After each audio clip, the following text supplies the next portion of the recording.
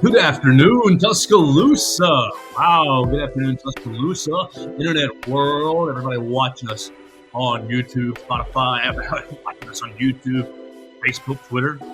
Listen to us on Spotify, Apple Podcasts, and on Amazon. Anybody where you get your podcasts, you can find the Joe Gaither Show right here on BamaCentral and BamaCentral.com. We are coming to you live from downtown Northport, where it is a nice day outside. We've had a little bit of rain already today, but it's been a okay morning and day so far. I hope you and yours are having a great day. We want to encourage you guys before we get into today's program, of course, to check out our other BamaCentral.com Broadcasting Network podcast.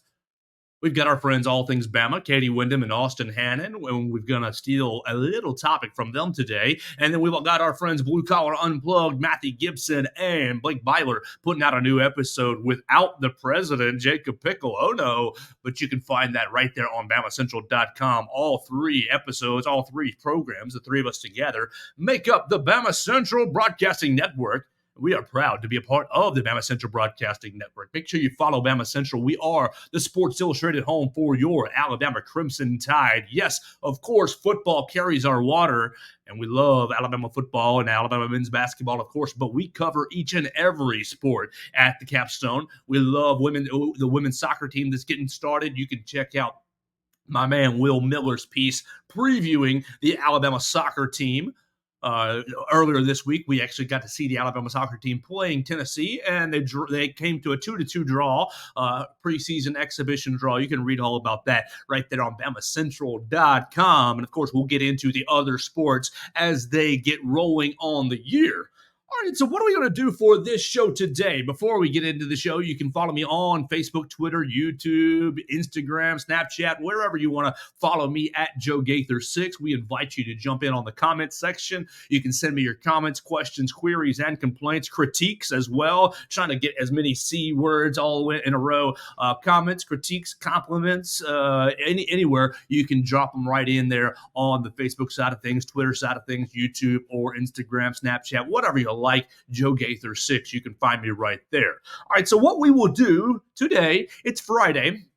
Hope you are having a great football Friday because we are right here on the edge of football season. Oh my gosh, if you are needing football, you had it last night on the NFL Network with Houston Texans and the New England Patriots. Our man, DeMeco Ryans, got himself his first. Does it count? Does it count if it's preseason? He got himself his first preseason win. Got himself his first win as a head coach. Hard to say. I'm going to say no, it doesn't count because preseason is a bunch of hooey to me. You think about the Baltimore Ravens. They're on, a 23, 24-game preseason winning streak. Don't care. Doesn't matter. But nice to see DeMeco Ryans starting his tenure off nicely, starting his tenure off with a 20-9 win last night. If you watched it on the NFL Network, you can, you enjoyed that. I watched just the highlights this morning because preseason football is what it is. What do you want to talk about from the game? Just 2 quick points. 2 quick points. Actually, three quick points from the game last night. One, John Mechie. John Mechie, Mr. Air Canada himself. Oh my gosh, so grateful, so happy to see John Mechie on the football field. Look, I don't care how you feel about the Houston Texans. You guys know I'm not a huge Texans fan. I think that they're a poorly run organization. It doesn't matter. John Mechie getting back on the football field last night should be celebrated by everyone, and especially from us, the Alabama Crimson Tide contingent. John Mechie last night getting action, getting out there. One target for John Mechie, 1 reception, 5 yards. Who cares whether he had 1,000,000 yards or 5 yards to overcome battling leukemia last year? And of course, it was. Look, people can say, oh, it was a low-grade form of leukemia. It doesn't matter. Leukemia and cancer is cancer. So the man had to take a whole year off from football to deal with some health issues last year. He dealt with them successfully and was back on the football field last night. So very, very happy, very grateful, very just celebrating John Mechie's progress so far this year, so far this season. Obviously getting out there and having some preseason action last night. Point number two from last night's NFL game, the preseason matchup, Houston Texans beating the New England Patriots 20-9. Will Anderson. Will Anderson made himself felt last night from the edge from the outside position. Let's see. Do I have any official stats from him? William Anderson. Yes. One solo tackle, but that's not really the impact. If you saw the game last night, Will Anderson flew off the top side. So that's the left side, off the top side of the screen, the left side of the screen. Flew off the edge, put massive pressure on Bailey Zappi. Zappi stepped right up, boom, into a sack. So Will Anderson already making a big impact for the Houston Texans defense. Nice to see that. One solo tackle last night. Got to give a little credit to Henry To'oTo'o. 5 total tackles, led the Houston Texans in tackles last night. So good job. Nice on you for Henry To'oTo'o. Do I have Christian Harris's stats? Christian Harris, did he make an appearance? Yeah, Christian Harris got himself a tackle and got himself one solo tackle last night. The third point from last night's NFL preseason game goes to Anfernee Jennings. Anfernee Jennings came up with a tackle, but come on, NFL came up with a tackle and was in on a pressure. But the NFL called him and a teammate for roughing the passer. So absolutely terrible. Henry To'oTo'o, for Anfernee Jennings to get. I mean, come on, we're playing football out here. It wasn't a rough play. He ends up tackling the quarterback below the waist. Oh my gosh, sue me. Goodness gracious, the NFL, you got to at least, come on, we got to do a little better job with our roughing the passer penalties. All right, so look, that's going to be it for the preseason action last night. Look, no, Mac Jones did not play last night. Or if he did play, he didn't record any stats as I'm looking at. It was all Bailey Zappi. It was all, who's their quarterback? Bailey Zappi, Malik Cunningham, and Trace McSorley, leading the New England Patriots to a measly 9 points. So last night, look, it's preseason football. It is what it is. If you want to look at the rest of the preseason schedule, what do we have here for the rest of the schedule? Do we have any action tonight as we get going? Yeah, last night also, totally skipped over Minnesota and Seattle. Seattle beating Minnesota 24-13. Tonight, okay, yeah, we do have some action right here, 6 o'clock.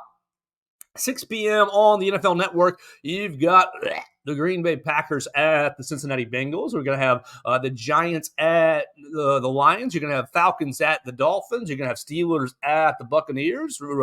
Not the Redskins, the Commanders. The Commanders at the Browns, and the Broncos at the Cardinals. That's going to be at 9 p.m. So if you've got NFL Network and you're desperate for football, you can check out the NFL schedule this evening. I'm going to be paying attention. I'm going to be dialed into tomorrow's game. Titans at Bears at noon, and then we will hear from Nick Saban at 3:15 tomorrow. 3:15 tomorrow, and that's perfect transition for our next topic because you guys, we're not all going to talk about the NFL, and you know I love the Bears, but we're not going to talk about the Bears unless it's Eddie Jackson related. We are going to talk about tomorrow's scrimmage. Tomorrow's scrimmage, Alabama has its first official scrimmage. Now, last week you had open practice, and there was a little bit of live action. But it was all controlled practice. Tomorrow, we're getting into full pads, and we're tackling. We're taking guys to the ground. We are having a real scrimmage. We're going to see how the guys have progressed, and then we're going to get to hear from one Nick Saban at 3:15.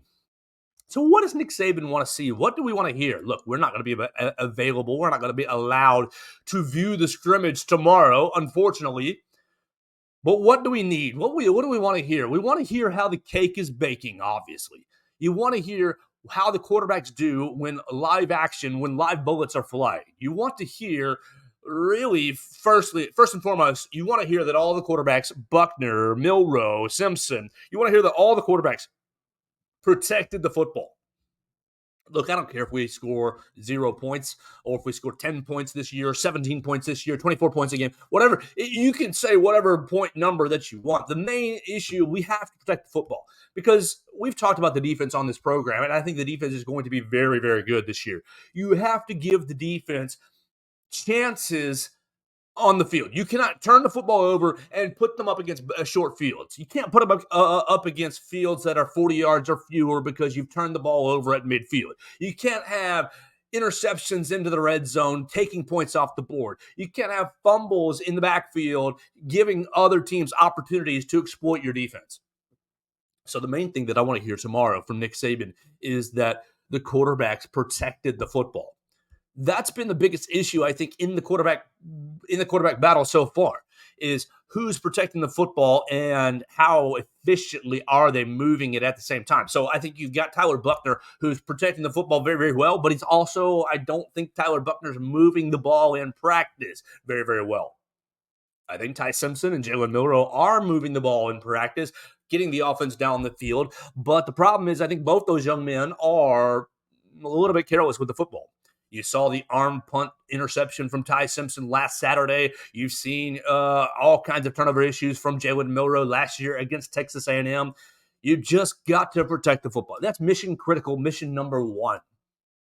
Mission number two is obvious, and it's easy. We don't want to have any injuries. No injuries in a preseason scrimmage. I wish that for the NFL preseason. I wish that for Georgia's preseason. I wish that for Florida's preseason. Anybody across the country, high school preseason. If you're playing, you're getting ready for the year. Oh, man, I hope everybody stays healthy. Getting to game number one. So twofold. We're on twofold. You've got one, how do the quarterbacks protect the football? Two, we want to emerge with with perfect health across the board. Obviously, we want to have some physicality tomorrow, but we want everybody to walk away from a physical scrimmage. Bumps and bruises are fine, but no injuries. Please, dear Lord, protect our players, protect every player, trainers, anybody who's involved with the Alabama Crimson Tide team, and really every team. College, pro, high school, protect everybody playing a dangerous game of football. So what? Number three, what do you want to see? You want to see, you want to see receptions by the receivers. Last week, the drops were still a problem for the Alabama wide receivers. And so you think back to last year. Last year, Alabama was 5th in the SEC in drop rate. 5th. Terrible. Awful. I mean, I like Ja'Cory Brooks. And Ja'Cory Brooks was, had strong hands last year, but as a whole, the wide receiver room struggled with drops all year long. Jermaine Burton, I can remember a drop against Texas right off the top of my head. Jermaine Burton, Kendrick Law, Isaiah Bond, everybody struggled with drops last year. No, you want to see a massive improvement. I think those three things are your main three things that you want to see from the offensive and really from the total side of the football. You want to see the quarterbacks protect the football and move the Alabama offense down the field efficiently. Look, if you have to run 3 yards in a cloud of dust, 4 yards in a cloud of dust, if you have to dump it off to a tight end, dump it off to a running back, take your checkdowns, do it. Protect the football. Get the ball into the hands of the playmakers. Think about the skill position guys. Coach Saban and Tommy Rees have raved about the running backs. Now, granted, most of them are going to be taking handoffs from the backfield, but they can all catch the ball. We've seen Jace McClellan catch the ball. We've seen it. We've seen it. We know these guys can be effective at the passing game. All you got to do is dump the ball off, get the ball out of your hands as quickly and efficiently as possible, whether it's a 4-yard pass to Ja'Cory Brooks and let him do the rest, whether it's an underneath pass to Isaiah Bond, get the ball out of your hands, don't throw it to the other team, and move the football down the field. I think this offense is going to be a lot of fun to pay attention to this year, but you're going to have to stay kind of true to yourself. And so part of that is kind of accepting the quarterback skill sets. No, you're not going to have Bryce Young sitting back there waiting. Boom! Moonshot over the top to Jameson Williams. Sorry, it's just not going to be the case. Now, I do think Malik Benson's going to fill that role very nicely, a deep threat. I think Isaiah Bond's going to fill that role very nicely, give you another deep threat down the field. But most of the Alabama offense this year, I believe, is going to be play action passing, running the football, dumping down to tight end, screen game to the wide receiver, getting the ball out of your hands quickly, giving the quarterbacks easy reads at the line of scrimmage. You got to simplify things for the quarterbacks, and I think that Tommy Rees is going to be doing that. So tomorrow, when we hear from Nick Saban at 3:15, I want to hear that all three quarterbacks, or I want to know who protected the ball. Now, Coach Saban's not going to tell you. Well, Jalen Milroe threw 5 interceptions, Ty Simpson threw 4 interceptions, and Tyler Buckner threw 3 interceptions. No, you're not going to get those kinds of details, unfortunately. But I just want to hear that the quarterbacks are protecting the football, moving the ball efficiently down the field, getting out. I mean, literally, I love you, Bryce Young. I love Bryce Young. Like, literally, I'll cut my arm off for Bryce Young right now. But baby Bryce and Tua had a tendency to hold the football, wait. Now, part of that was due to last year. I think the wide receivers did a subpar job in separating down the field. This year, we're going to have to get the ball out quickly, efficiently, stay on time in the pocket. You're going to get in trouble when you're holding the football, whether you're Simpson, Milroe, or Buckner.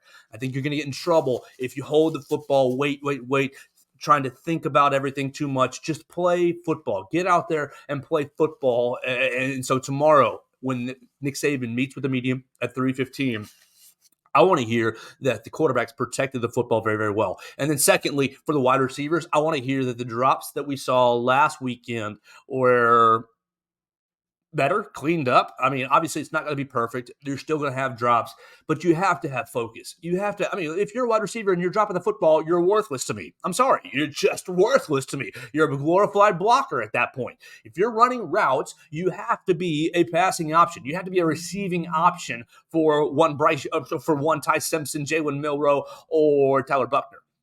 We cannot have an issue where we're throwing the ball to receivers and you're having, decent throws, good throws that can be caught, throws that should be caught, and then having them drop. You saw it last week in Bryant-Denny Stadium, a couple of drops from a couple of different guys. When you're breaking in quarterbacks, you have to have a consistent. You got to support your quarterbacks. So hopefully tomorrow when Coach Saban talks to the media, he's going to compliment the wide receivers for cleaning up some of their drop issues. And, you're going to be wanting to see that going forward throughout the rest of the year. You've got to find a group of, Coach said, we have 15 wide receivers. He was joking with Nick Kelly. Do you want to ask about a specific wide receiver?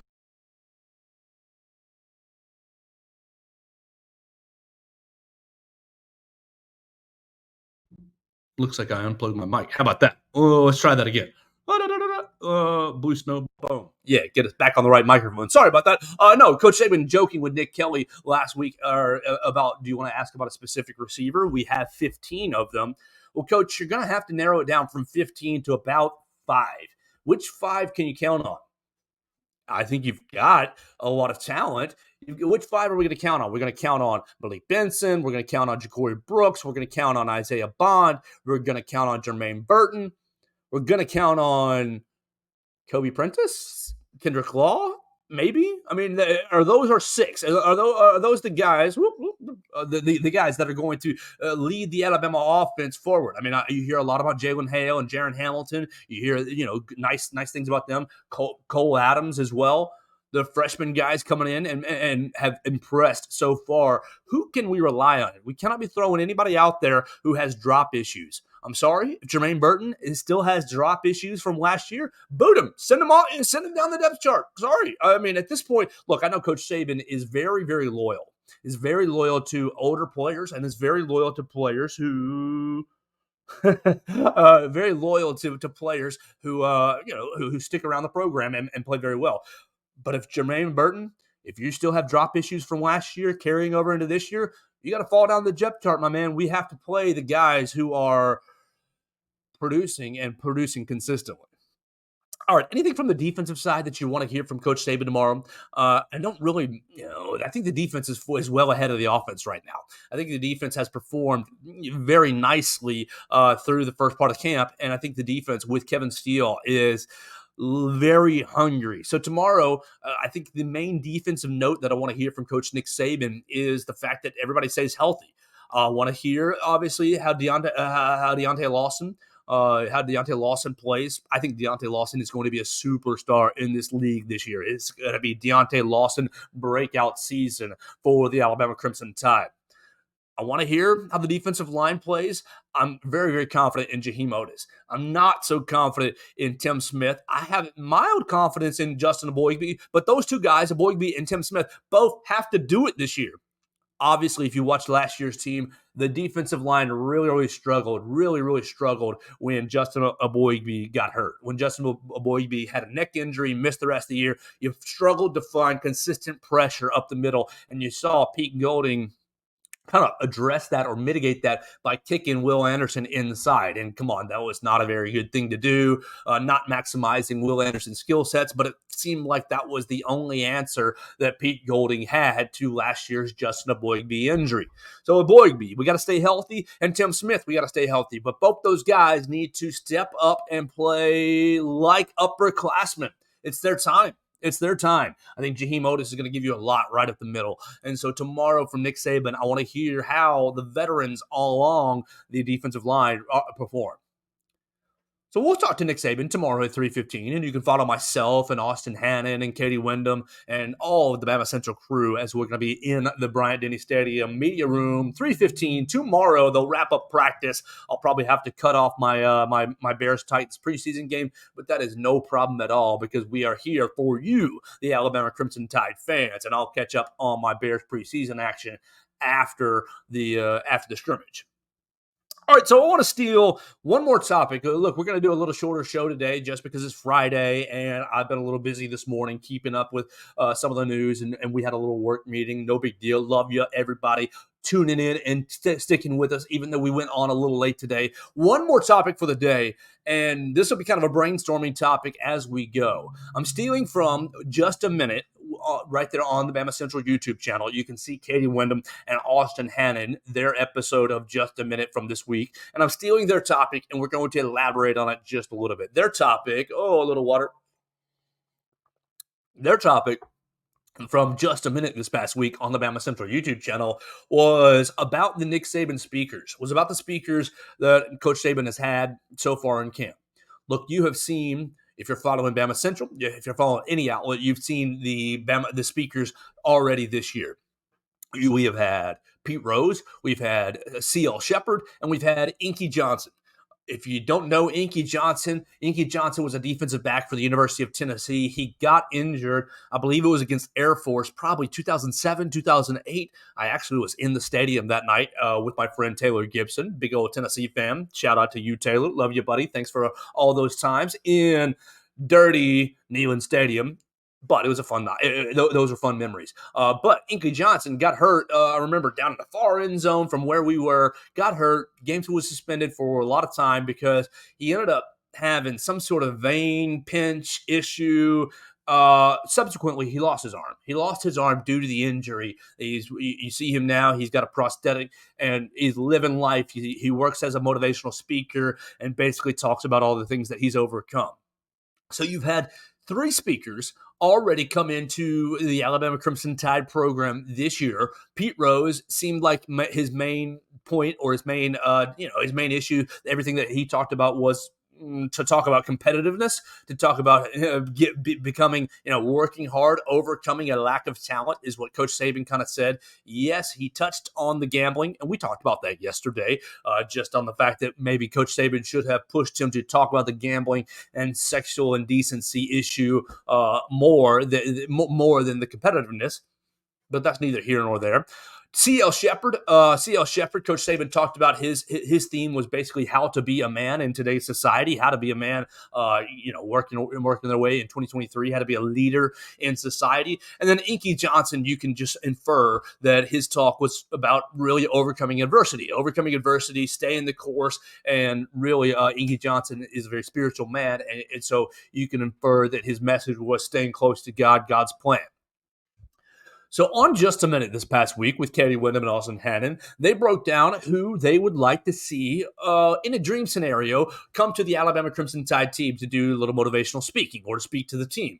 And so I'm stealing from them this topic. Katie Wyndham highlighting Simone Biles and highlighting Chris Pratt as an outside the football world, outside the sports world. And then my man Austin Hannon, I believe, highlighting LeBron James. I think that was his pick. You're going to have to go back and look at it on Just a Minute on the BamaCentral YouTube channel.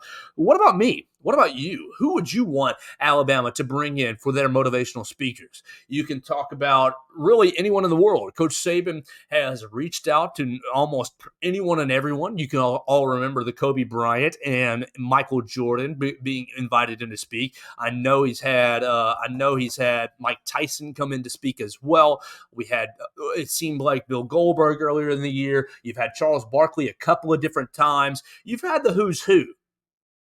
The who's who of sports and media jump in and join the Alabama Crimson Tide team. I got three guys from the football world that I think might be interesting, or at least my picks would be. I think you go out and you say, okay, Tom Brady, you've retired now. Come in to speak to the Alabama Crimson Tide team. Obviously, you all think back to Tom Brady beating Alabama in the 99 Orange Bowl, 99 or 2000 Orange Bowl, right before he was drafted. Of course, and then obviously Tom Brady's illustrious career. Seven Super Bowls, numerous other AFC championship appearances, and obviously his legacy speaks for itself as a winner.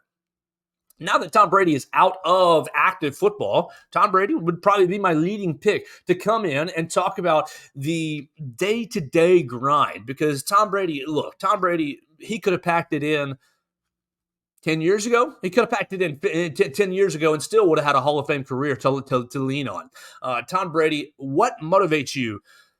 What motivates you to go through and what motivates you to take each and every day with that edge on your shoulder, with that edge on that competitive edge? It would be, I think, very similar to the Kobe Bryant discussion, where Kobe came in and talked about, maintaining your edge and treating every day as its own, as its own competitive moment and maximizing every day. I think Tom Brady would be great, really also in his advice for off the field, how you take care of yourself off the field. Tom Brady obviously took care of himself on the field, watching a lot of film and preparing for games. But one thing about Brady, you can talk about the TB12 diet and this, that, and the other. Tom Brady totally really went all full facets. How can I maximize full facets? You can look at his diet and his approach to his diet and what he intakes. No processed foods and very little alcohol, and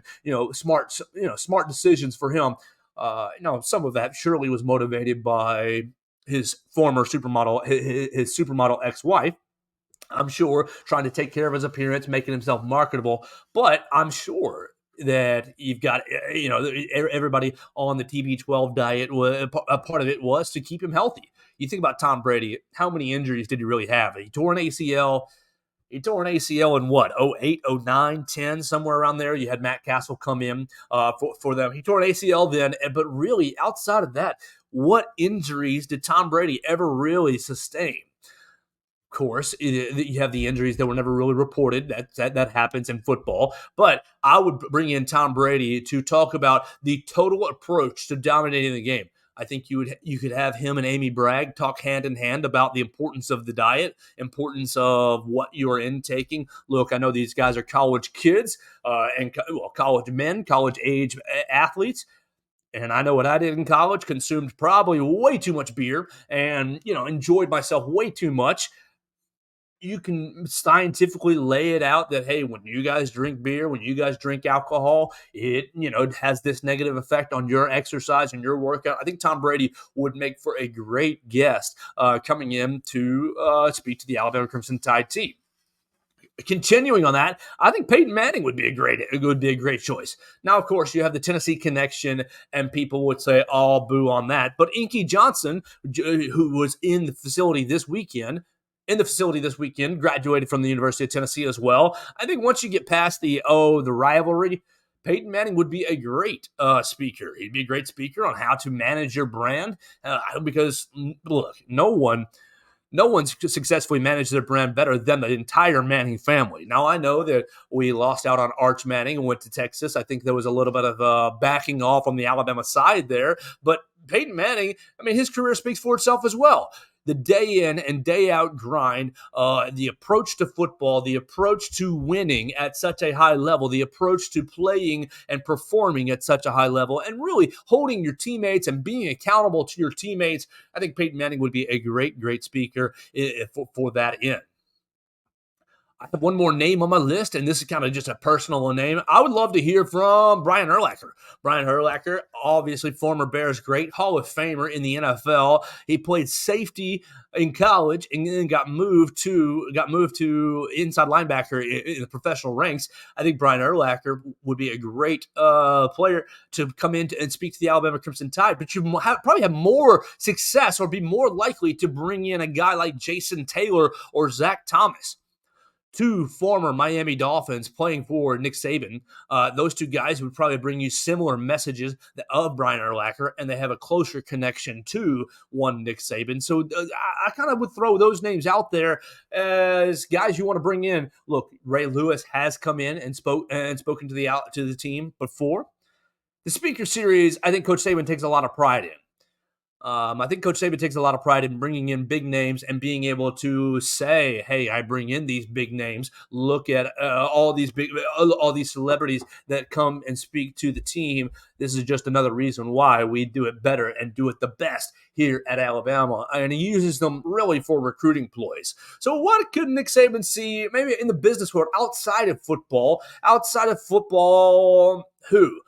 What's up, CJ Watson? Appreciate you watching us and joining us on the Facebook side. Good afternoon to you as well. CJ, if you were Nick Saban, who do you want? Who would you want to come in and speak to the team? We've already obviously highlighted Pete Rose, C.L. Shepard, and Inky Johnson already this week. And then we're talking about hypothetical names that Nick Saban could bring in. I've thrown out Tom Brady, Peyton Manning, and Brian Urlacher. I've thrown out Jason Taylor and Zach Thomas also from the football side. So let's think about non-football. I mean, this is really cliche, but let's bring in Taylor Swift. Taylor Swift, the marketing genius. It's the NIL world. Whether you like Taylor Swift or not, her music or not. Let's think about her as a businesswoman. She is a business genius. Goodness gracious! I think that her from a musical side. All right, you can appreciate her music or not, doesn't matter. But she has perfectly constructed her image throughout time, and now you look at what she's doing on the concert, the Eras tours. People spending thousands and thousands of dollars to see her. People lining up to get her merchandise, spending way too much money. You see our man Mac Jones wearing his Eras Tour sweatshirt yesterday. So maybe you bring in someone who's a marketing genius, a business genius. You think about Coach brought in Gary Vaynerchuk a couple years ago, and so you think about maybe Coach will lean back into business senses. I like your suggestion, CJ Watson. Tony Dungy would be an excellent suggestion. Awesome suggestion, because not only do you have a long and deep history of football success, but you have real personal problems that you had to overcome. Tony Dungy with his son passing away. I think his son passed away through an overdose or a car accident. Either way, he lost his son, tragically speaking, overcoming, trusting in God, trusting in the Lord and his plan for his life. Tony Dungy, strong Christian. You can read his book. I've read his book. It's a beautiful book. Tony Dungy would be a great suggestion, CJ. I think that's very, very strong. Obviously, his time dating back to the Tampa Bay Bucks and going to the Colts, and he played in the NFL, so he's seen everything in the football world. He has seen literally everything in the football world, and whether you agree with Tony Dungy's outlooks or not, I think that his character speaks for itself, and he can tell a very, very compelling story about overcoming loss and really staying the course and staying faithful to God. That's a great suggestion, CJ. Bravo. Excuse me. All right, so I don't have many more other topics for the day because we are, we're right here rounding out the week. You can go read all our friends at BamaCentral.com. We just put out a recruiting rundown. Let's just hit some highlights real quick. If you guys, CJ, we did get Michael Jordan on Zoom. We got Michael Jordan on Zoom to see the COVID year, the 2020 COVID year, but we'd love to have him in person. Coach Saban, I know Coach Saban loves his competitive spirit, and look, you can talk about gambling with Michael Jordan. You can also talk about marketing and business savvy and business sense with Michael Jordan. Not everything that Michael did was perfect, but goodness gracious, he's got a lot of success stories to tell. I don't always, CJ, love the. I don't always love the competitive, like, oh, I'm going to be such a competitor where I'm going to punch my teammates. But I think Coach Saban loves it. I think Coach Saban loves it when you think back to bringing in Kobe Bryant and then obviously Michael Jordan. I think Pete Rose was very, very similar to that. This past week, I think Coach Saban really, really loves the a-hole competitor, the hateful competitor, as Coach Saban said last year on a Hey Coach show. And just between you and me, I cannot wait for, I think it's next week. Next week, our first Hey Coach will be on next Thursday. I can't wait to get that started back up because Coach will really show his personality at Hey Coach. Let's hit those recruiting highlights before we get out of here for the day. And I appreciate everybody jumping in, listening to us on Spotify, Apple Podcasts, Amazon, watching us on YouTube, Facebook, Twitter. You can join CJ Watson on the comments section if you want to chime in on who you would like to hear from, who you would like to hear Alabama bring in. Who's the lady that Prime brought in? Who's the lady that Coach Prime brought in last year to Jackson State? The dating coach, what's her name? He brought in some celebrity dating coach to warn or prepare his players about the dangers of the Instagram models, maybe the dangers of women who may or may not have your best interests in heart. Maybe Coach Saban can take a page out of the Coach Prime playbook and educate our guys on making smart decisions in their relationships as well. The recruiting headlines for the week are as follows. Obviously, you saw Alabama brought in two safeties, Peyton Woodyard and Red Morgan. We talked about those two guys on the program, Tuesday and Wednesday. You brought in Peyton Woodyard and Red Morgan. Your next kind of targets this coming up week, you're thinking about tight end out of Alabama. Let me make sure that I get everything right. Yeah, perfect. Tight end out of Alabama. You're looking to get Jay Lindsey out of Butler, Alabama. Jay Lindsey already committed to Mississippi State. Yes, he is another 3-star prospect. You guys can make fun of that if you want to or not. I will never make fun of anybody that Coach Saban identifies as being part of quality, 3-star or not. I think that Coach Saban trusts his eye. Jay Lindsey out of Butler, Alabama. You're looking for him to flip from Mississippi State any day now. Now, next week, you're looking for kind of a real interesting prospect. Next Friday, you guys remember Drake Kirkpatrick?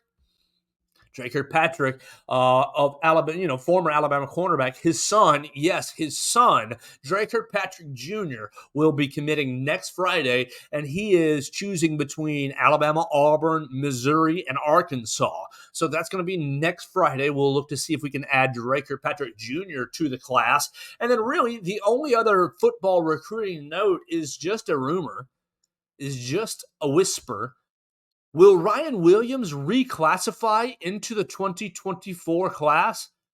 Oof, boy. Now, look, if you guys aren't following Ryan Williams at all, you're missing out on the most electric player in the state of Alabama. He's in the 2025 class, so he's a rising junior. Yeah, he's supposed to have 2 more years of high school, but this dude is, oh my God, every curse word in the book. He is that nasty. He is that just talented, just dripping with talent, just agility, speed, playmaking ability. You get the ball in his hands. Look, everybody remembers David Palmer. He's, in my opinion, very, very, very David Palmer-esque. You want to get him the football in every way possible. He is going to absolutely destroy colleges when he gets there. He's already destroying the Alabama high school scene, leading Saraland to a state championship last year, looking to repeat as state champions this year. There are rumors, there are whispers of Ryan Williams reclassifying into the 2024 class. And what would that mean for Alabama? That would mean a huge addition to the 24 class. He's already committed for the 25 class, so we've already got him locked into the Tide. But you see what you got with the receivers, Rico Scott and Amari Jefferson. Obviously, we all know we lost Perry Thompson a couple of weeks ago to the Auburn Tigers, but oh well. You bring in Ryan Williams, you get him to reclassify. I think I think Ryan Williams, once he gets here, whether it's in 25 or 24, is going to be one of those freshmen that just light the college football world on fire. You're going to see Ryan Williams for 3 years, and then he is going to go as a first-round draft pick, barring health. And we hope for health for everyone, whether they go to Alabama or anywhere else, honestly. But if he stays healthy, goodness gracious, Ryan Williams is going to be a hell of a player for this Alabama Crimson Tide team whenever he arrives to the Capstone. Just rumors, just whispers right now, but rumors and whispers about Ryan Williams reclassifying into the 2024 class. All right, so that's going to do it for our program today. I'm going to consider doing a surprise show tomorrow after the scrimmage. We'll see if I get enough juice out of sources and out of Nick Saban. We'll consider doing that. If not, we'll obviously be back on Monday. I'm going to get back on my train about getting some of these recruits onto the show, getting some guests onto the show. Ooh, we went all week long without a guest, and I don't like that. You don't like that either. We want to bring in strong guests for you guys to hear, and I want to be delivering that for you guys right here on BamaCentral. So I'm going to be getting back on my train of getting guests on. I was, a little sick last week, trying to get right back into a rhythm this week, and we are going to 23 days away from Alabama kicking it off against MTSU. It's right around the corner, folks. Enjoy the football tonight on NFL Network. If you have NFL Network, you're going to see football starting at 6 p.m. Those ugly Green Bay Packers are going to be on the television. Green Bay Packers and the Cincinnati Bengals at 6 p.m. And then you'll have more football on noon tomorrow on NFL Network as well. Yes, sir, CJ Watson. Have a blessed weekend as well. Thank you so much for watching. I appreciate you so much for your comments and for tuning in anytime. If you miss any episode, you can watch it again on YouTube. They're all documented on our Facebook and Twitter. You can hear them on Spotify, Apple Podcasts, and on Amazon. Tell a friend about the program, or right around the corner, we'll be keeping an eye on every sport that Alabama's competing in, and really any news or notes that touches the Alabama Crimson Tide in any way. That's going to do it. I hope you all have a beautiful weekend. I hope the weather's great wherever you're tuning in from. Get out there, spend some time with your family, do something productive, do something for your mental health, spend some time with the Lord, and we appreciate you. We will catch up with you on Monday for another edition of the Alabama Crimson, of the Joe Gaither Show. It'll be another edition of the Joe Gaither Show on BamaCentral and BamaCentral.com on Monday.